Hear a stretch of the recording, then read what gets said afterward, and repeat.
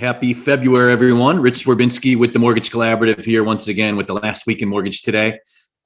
Just started broadcasting live, and we'll go ahead and get started momentarily here.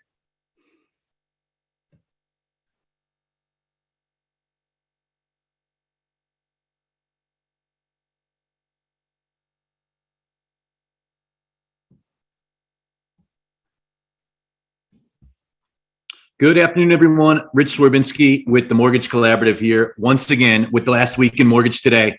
Our weekly walk through all the latest news and happenings in the mortgage industry. Each week, I pick one of our really brilliant lender members to be my co-host. And this week, back in the co-pilot seat, the Chief Financial Officer from Thrive Mortgage out of Texas, Michael Jones. Michael, thanks for joining me again, bud. Yeah, thanks for having me on, Rich. I'll be on camera here in just a moment.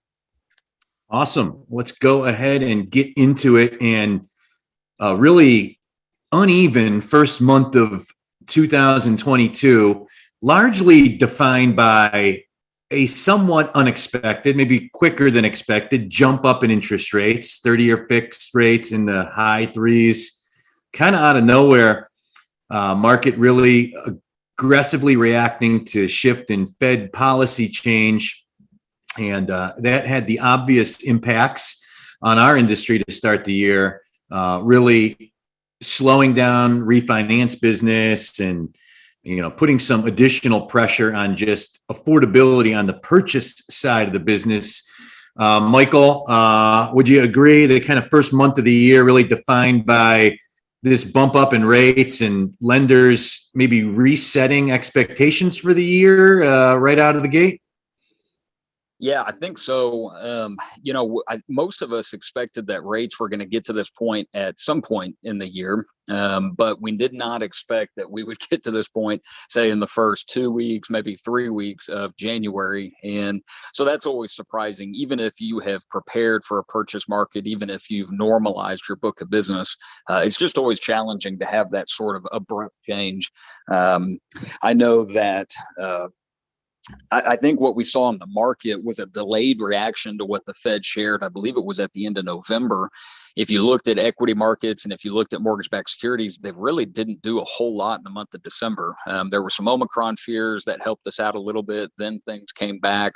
And then they just took off almost the first trading day of January and really didn't look back. So, yeah, I think it caught everybody a little bit off guard, just that delayed reaction in the markets.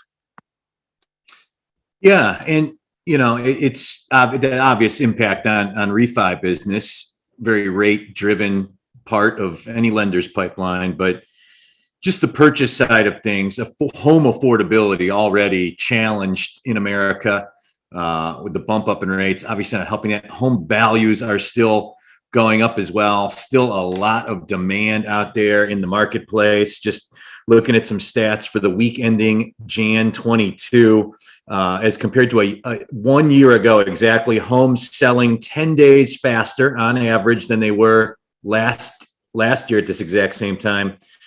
New listings going on to the market down 8% from this same time of year last Jan.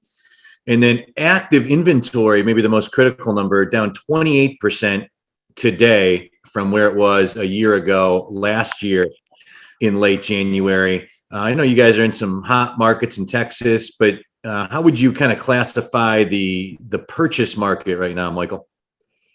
Yeah, the purchase market picked up in January. I think a lot of lenders have seen that jump, somewhat uncharacteristic this early in the year. 100%, I think that was precipitated by rates. And I think folks just coming off of the holiday season saying, hey, we put off actually moving forward with these purchases, or we put off actually trying to put an offer in due to the holidays, but let's go ahead and get moving.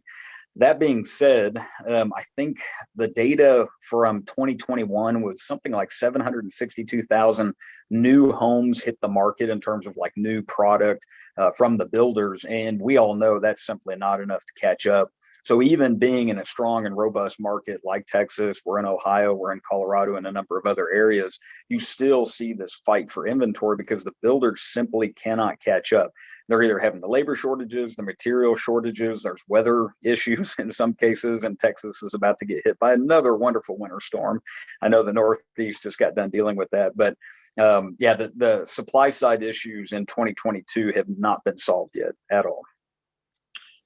Another report that came out this last week from CoreLogic, big, obviously, data provider to the mortgage industry, just about increased fraud, not like terrifying levels like we saw back in the scary 07, 08 days, but as compared to what we've seen for the last year, some elevated levels of mortgage fraud, just based on more purchase transaction being a part of the pipeline, and at its highest level, instances of mortgage fraud since before the pandemic. Michael, one, are you seeing that? Two, I feel like that just the advancement of a lot of different tech tools and products in the mortgage industry helps mitigate more fraud from ever becoming a thing, certainly back in 07, 08. But we just welcome your perspective on the issue of fraud in general. It hasn't made a lot of headlines in our industry as of late, but it seems like there's some indications that it's on the tick up. Yeah, and I think it absolutely will be. Whenever you've got higher rates, whenever you have decreased inventory, I think what we're going to see is occupancy fraud is probably the number one thing. We were seeing instances of that being a problem in 2017 and 2018 as rates were going up, as inventories were a little bit constrained, and everybody just thinks, oh, it's just an honest thing, right? Like I'm going to apply for this as a primary home, but I'm really going to use this as an investment. Or you may actually try to apply for it as an investment home, use some rental income to qualify, and then choose to occupy it as a primary. We see all sorts of interesting things. Thankfully, on our book of business, we haven't seen a whole lot of it rear its head out of the 2020 and 2021 refinance boom, but we're going to have to be on the lookout for it, because when you have higher rates and you have low inventory, there's just that incentive for borrowers to not think it's that serious and to choose to do something like that. And I know there was that high profile case, I think it was in Maryland or Virginia recently, where I think the AG actually is in trouble right now for suspected mortgage fraud. So, I mean, it goes all up and down the spectrum in terms of who can get involved in this. One of the takeaways, Mike, and it was great seeing you last week at the MBA Independent Mortgage Bankers Conference, and I want to get more into just some of the discussion in the hallway and a lot of things that are top of mind to leaders in the industry like yourself. But one of the takeaways that I think I received from that conference, it feels like FHA is going to cut mortgage insurance premiums after the first quarter. Just some of the discussions I was having with people and the obvious impact it would have on helping the affordability issue. It's not, the silver bullet, certainly, but your thoughts on that? You think we're going to see a reduction in FHA MIPs here after the first quarter? I hope we do. There was a lot of folks that felt like that was warranted back or much sooner than now, just because the health of the fund has been so strong. I think we saw a lot of resiliency through the COVID CARES forbearance.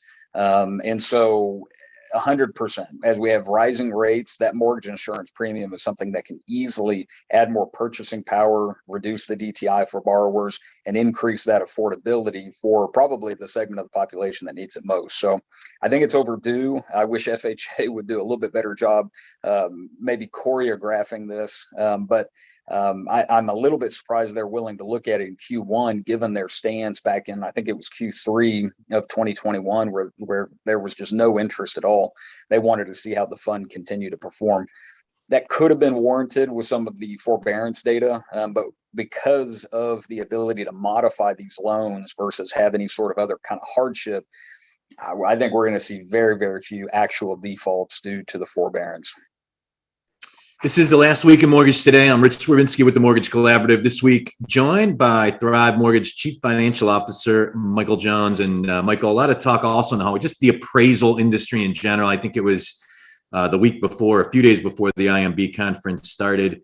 The National Fair Housing Policy Group put out like an 80-page, pretty scathing report on the appraisal industry in general, essentially saying that it's self-regulated, that there's a lot of barriers to entry for people that want to get into it. And 91% of appraisers are white, but 61% of the American population is white, leading a lot to believe that, with this new administration and their focus on fair housing and leveling the playing field, that it would that their attention would turn to the appraisal industry, and we could see some pretty significant reforms these next couple years. What say you on the issue of the appraisal industry in general in America?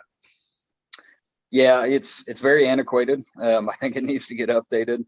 There's two primary issues that I've seen. Is that the process to actually become an approved appraiser is kind of ridiculous. I mean, I believe this is still true, or at least it was true in Texas fairly recently, that you have to have a 2-year apprenticeship with an appraiser, and so you're being asked to probably work for lower wages, long hours and days, and you don't really get that opportunity to understand the benefit for 2 years, and that's a long time. And our market's been through a lot of volatility over the last few years. So to me, that's kind of silly. Almost every profession out there, they do require some formal schooling, but in terms of like just normal trades, even becoming a loan officer or a realtor requires a set number of hours that you sit in a class, and then you go out and you actually begin to work, and you're licensed at that point. So I don't see why the appraisal industry has to be any different. I think they've enjoyed constraining the supply of appraisers that can come into the market so that they can have business for all and they can charge whatever prices they want to. The second constraint, and we've seen this for years now, in 2020 and 21 just exacerbated it, is there's not enough appraisers to do all the work that's available. And so the fact that they haven't immediately made these changes, just common sense changes, hey, go take 20 hours, go take 40 hours even of training, and then maybe have some supervision, maybe kind of like how we do for underwriters to get some of their credentials. You have second level reviews, you submit that for approval. All of those things are common sense changes that would give us more supply of appraisers, which would ease a lot of these issues that we're seeing. So I do 100% think the change is warranted. Great insight, and kind of same church, different pew. One of the larger AMCs in America, nationwide property and appraisal services, just got acquired by a big international investment firm. And, maybe not as newsworthy as that individual acquisition, but just in general, M&A, I think that all lenders right now are, there's so much hubbub about lender M&A, either companies that are looking to put themselves out in the market and see what their company's worth, lenders that are looking to grow through acquisition. But I think less talked about is the vendor side of the business. And really, I'm anticipating a robust amount of M&A on the vendor side of the business this year. A lot of things are kind of coming together, if it's e-close or automation technology and other things that are happening behind the scenes and aren't really mainstream products and tech products that lenders have in hands yet. We talked about the appraisal industry changes could be coming there. All that combined with, what's likely to be a 30-40% or more drop off in business, should be a lot of mergers and acquisitions on just the third party provider side of our industry this year, right? Yeah, I think so. A brief comment on lenders. It always kind of makes me laugh that a lot of us are on Encompass, a lot of us are on A&B, a lot of us are on these various services, and we're all doing the same thing. And we've all found a different way to approach, actually closing a loan, even though it's kind of a commodity to a certain extent. The experience is not a commodity, but the actual product itself is. And I think that's the same thing for vendors. Is if you take credit reporting, for example, they're all pulling from the same three bureaus. It's how they present that data, it's timeliness, it's how they integrate into your software. And so 100%, I think there's going to be that consolidation, and some of that consolidation is likely to occur because of the consolidation that we're going to see in the lending space. So I think as lenders go, their volume comes off. They may merge with an organization that doesn't use the vendor that they were previously using. I think that'll be a pretty big catalyst for that. That's a great point, because a lot of small lenders use smaller vendors. We see that in our network clearly, try to manage our preferred partner list accordingly. But when you have an M&A on the lender side, I mean, typically the larger of the two involved, the acquirer, it's their relationships and their tech and their platforms that stays. So it's an excellent point that I haven't really thought too much about, that could be a further catalyst, lender M&A to vendor M&A, volume shift aside. Right. Yep. 100%. Michael, another big topic of conversation right now that I wanted to dig into with you is just mortgage servicing, right? Trades, just a lot of activity and action in this arena right now for all the obvious reasons. I mean, the value of servicing, I can't remember, post Dodd-Frank seeing servicing trade at levels that it is right now, but you could argue it's warranted, right? It's all this 30-year fixed rate stuff in the low to mid twos, the weighted average life on this stuff, the likelihood it stays in the books, much longer than probably we've seen in a long time. So it's causing lenders to do two things. If you're a lender and you have accumulated some servicing, volume has dropped off pretty precipitously. We're going into what is expected to be compressed margins and much less volume. So it's a chance to sell some of that servicing, in theory, sell high and cash in and do whatever with that cash. Use it to buy LOs or buy tech or just sit on it or acquire a company. On the flip side, the buyers of that servicing, kind of playing the long game. The reason that people buy servicing, right? All the benefits that come along with it, your connections to the customer, the increased likelihood that you can make the next loan and fee income for that borrower. So it's a very interesting divide right now. Seeing lenders who I respect immensely kind of fall on both sides of this fence, and you can see the argument from both sides. Would really welcome your perspective on just the issue in general and just the MSR market from your lens right now. Yeah, it's a hot market. And I agree with your comment that this is probably one of the hottest it's ever been. There was a fairly hot market back in 2018, like right at the end, because I think everybody thought, oh my gosh, rates are going to the ceiling, let's grab this now. And I think that's the same sentiment. It is interesting. I feel like maybe the MSR market is discounting a couple of things. So maybe the first one is if we see any sort of geopolitical conflict, which could be likely. There's a lot on the line, reputationally speaking, for say Russia or even China. That fear is going to cause those rates to plummet right back down. And so that's a dicey territory. You may be buying an asset that's really high. Everything's high right now, but you're buying an MSR asset that if it was closed in the last quarter of the years, those rates started to tick up a little bit. Maybe it's subject to pay off. And then I think the other aspect of it is I think individual originators are getting much better at trying to retain that customer. They're using services like HomeBot. They're figuring out ways to stay in front of their borrowers, creating little groups, mailers, what have you, in a way that they probably haven't focused on before, because I think the technology is getting better. They can get alerts that their borrower is looking for a home, that they list it. Sales Boomerang, I know, has a lot of technology around that. So I think for those reasons, that asset isn't always hands off to the originator. Of course, nobody wants to have their book solicited, and I know there's agreements that are put in place, but that's pretty hard to prove that you did or didn't solicit that borrower, right? Unless somehow they get wind of it, or there's just a massive refinance of the book that they just bought from you. So the MSR asset is definitely valuable to a lot of people. I know individual originators kind of struggle to place the same value on it because we don't have a lot of services that we can cross-sell. So I do think there's that sweet spot of IMBs that did well over the last 24 months to acquire that asset, stick it on the books, make sure it was a best X for them.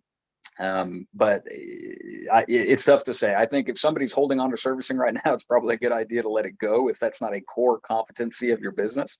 But you also have to look at the potential downsides that come with that.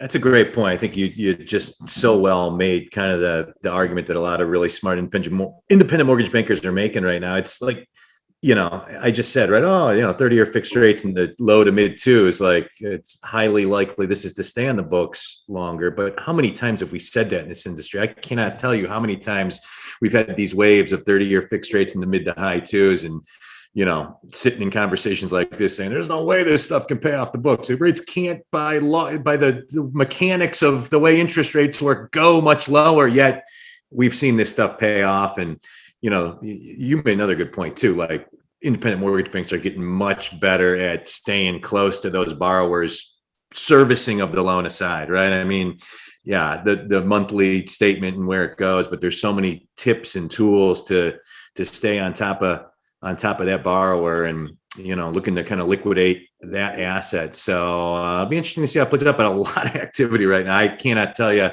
It's been a while since I've heard this many lenders, talking about either acquiring servicing or unloading it. So.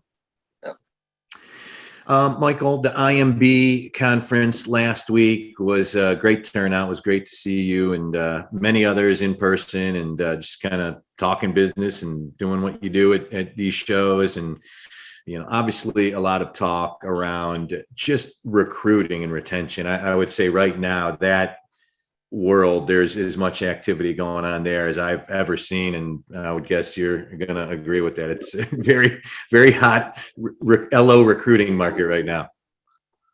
Yeah, 100%. It doesn't help that these companies went public. They can just write these insane checks.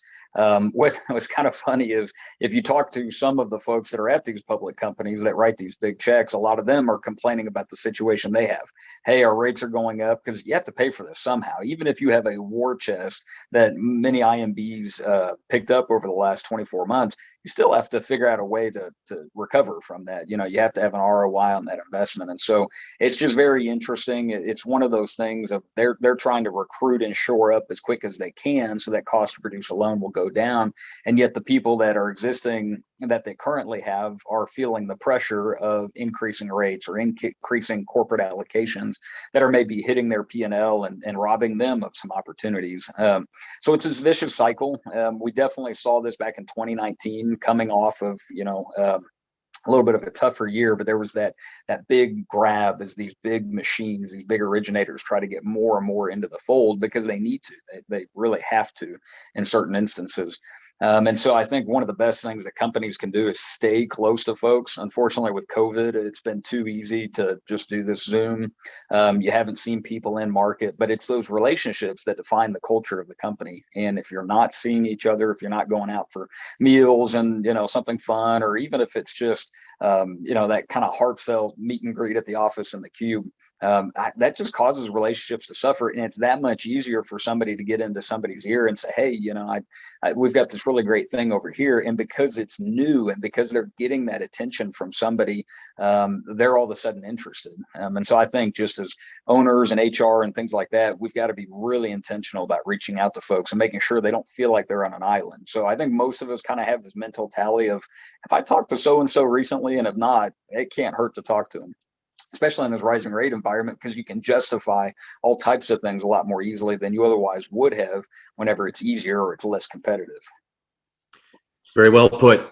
This is the last week in Mortgage Today. I'm Rich Swerbinsky with the Mortgage Collaborative. This week joined by Thrive Mortgage Chief Financial Officer Michael Johns. And Michael talked to more than a couple lenders last week, just again talking about this recruiting market and some of the stuff that they're seeing out there, just illegal comp plans and bait and switch, and maybe LOs they've lost that were paid X and promised the world, and then mysteriously 2 weeks later, the rate sheet and the rate pricing levels that they were seeing when they were being recruited change. A couple different instances where members of ours have gotten people back after they had gone over to the other side and saw it with smoke and mirrors. Because to your point, like, the money has to come from somewhere. If it was, if it was that easy to just go out and stroke large checks to big producing LOs, everybody would be doing it. Most of the smartest people in the industry agree it's a losing strategy. And the type of people that are likely to mandate that type of check, maybe aren't worth the investment. Have you been seeing any unsultry things out there in the recruiting market? Yeah, I mean, one of the most common things, and we've been on this model for a long time, is the P&L model, because it's very attractive. Folks feel like there's transparency and they feel like, hey, there's some ownership here, right? Because I get a P&L and I maybe get a say in what happens. And more often than not, what I find is there's either an incomplete model that's shown, or even if it's shown, this thing called a corporate allocation is one of the most deceptive things in the market, because corporate allocation can change up or down 1 month to the next, no justification. And usually whenever I hear somebody that's disgruntled with that kind of model, it's because the corporate allocation changes. Well, why am I paying overhead of X? Or my corporate allocation has gone up because I know you just picked up that X team down the road. They're in my MSA now.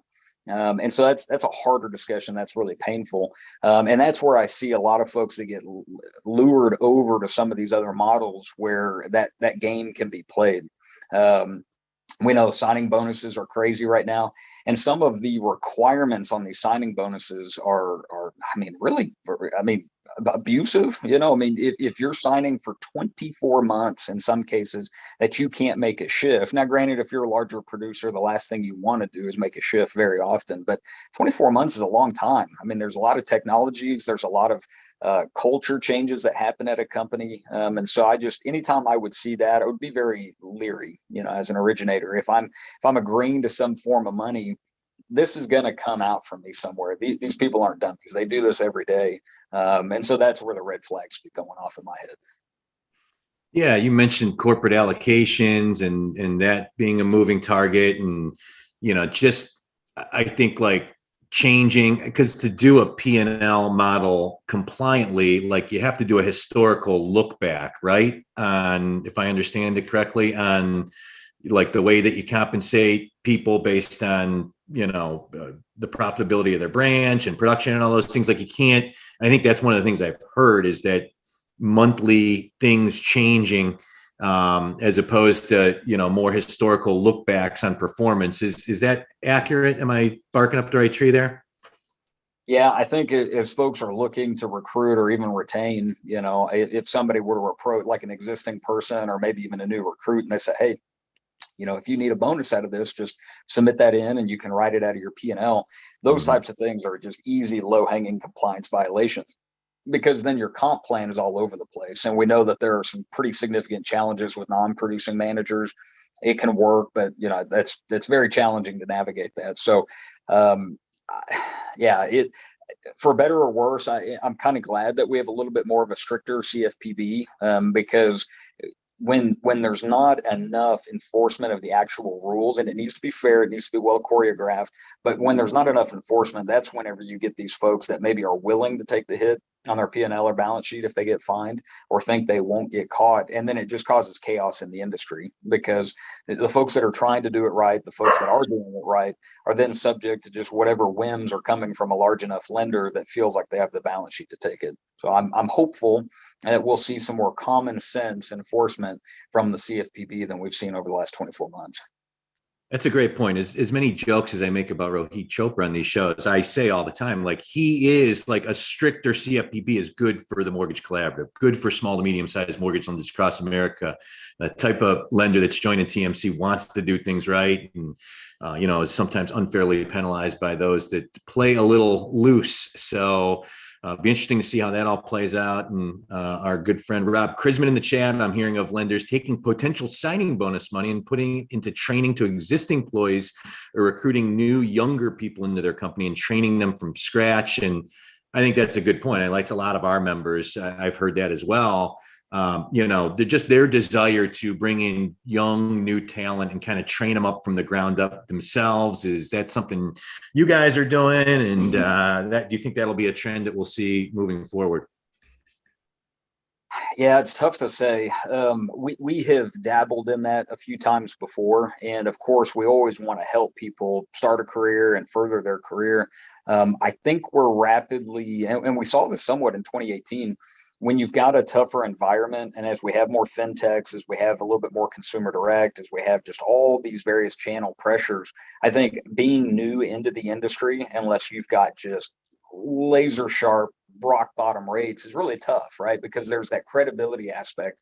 And we know there's a lot of realtors out there, but not a lot of realtors can give business. And so all the big guys right now are hopping in, and they're trying to make sure that they get those more seasoned originators. And I think that's probably why some of these signing bonuses and other agreements are so significant, because they know if they can lock down some of those originators and they can lock down some of those referral partners, that's the more sure bet. And so as much as we want to see new, fresh talent in the industry on the sales side, particularly because we know the average age of loan officers is getting up there, it's just incredibly challenging. And I remember whenever I was originating a few years ago, getting my feet wet, building those relationships for the first time, being young, you've really got an uphill climb on establishing credibility on one of two markets, right? So the first one is the millennial market, which, hey, that's up here in many cases, and I know we're sort of moving away from the millennials. We're handing the baton over to the first time home buyers, but with that being the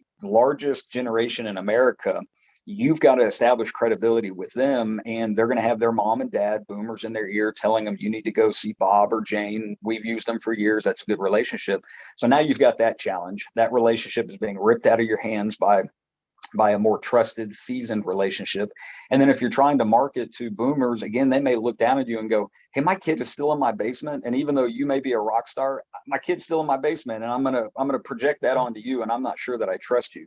And so it's just tough. And so I think if I was a new originator right now, I would look for those IMBs that either have some of these more unique channels, like a direct to consumer channel where I can get my feet wet, having those calls, going through scripts, really honing my sales strategies. Or I would choose to make 50 basis points as a loan officer, maybe a very small base. But that way I can get razor sharp on deals, because a lot of times you're going to win on rate if you're brand new and maybe your sales tactics aren't as sharp as they could be. Excellent points as always, Michael, and really appreciate you joining me this week, and always appreciate your perspective and insight on our industry. Thank you for donning the co-pilot seat this week. Sure. Happy to be here. I love talking to you. Awesome. And to all of our attendees, thanks as always for joining us. We're here every Tuesday at 2 p.m. Eastern with the last week in Mortgage Today.